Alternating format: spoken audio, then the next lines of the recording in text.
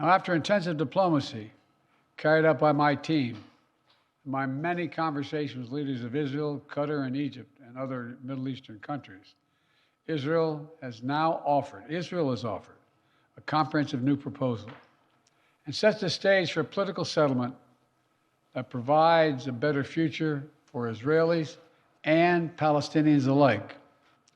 It's a roadmap to an enduring ceasefire and the release of all hostages. This proposal has been transmitted by Qatar to Hamas.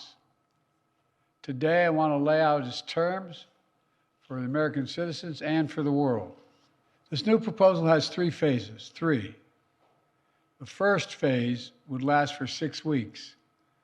Here's what it would include: a full and complete ceasefire, a withdrawal of Israeli forces from all populated areas of Gaza, release of a number of hostages, including women, the elderly, the wounded, in exchange for release of hundreds of Palestinian prisoners. There are American hostages who would be released at this stage, and we want them home.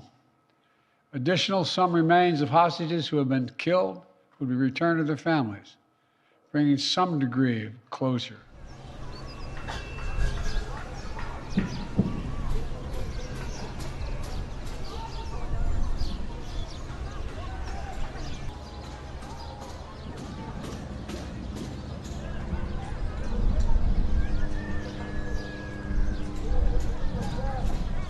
At this point, Hamas no longer is capable of carrying out another October 7th, which is one of the Israelis' main objectives in this war, and quite frankly, a righteous one.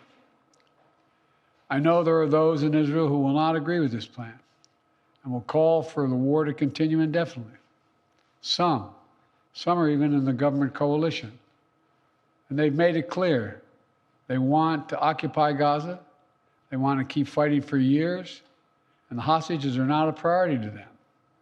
Well, I've urged the leadership in Israel to stand behind this deal, despite whatever pressure comes. Israel could be part of a regional security network to counter the threat posed by Iran. All this progress would make Israel more secure, with Israeli families no longer living in the shadow of a terrorist attack. And all this would create the conditions for a different future, a better future for the Palestinian people. One of self-determination, dignity, security, and freedom. This path is available once the deal is struck.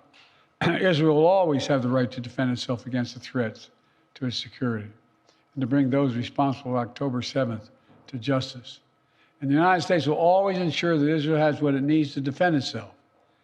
If Hamas fails to fulfill its commitments under the deal, Israel can resume military operations.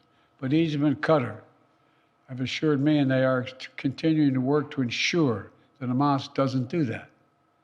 The United States will help ensure that Israel lives up to their obligations as well. It's time to begin this new stage, for the hostages to come home, for Israel to be secure, for the suffering to stop. It's time for this war to end, for the day after to begin.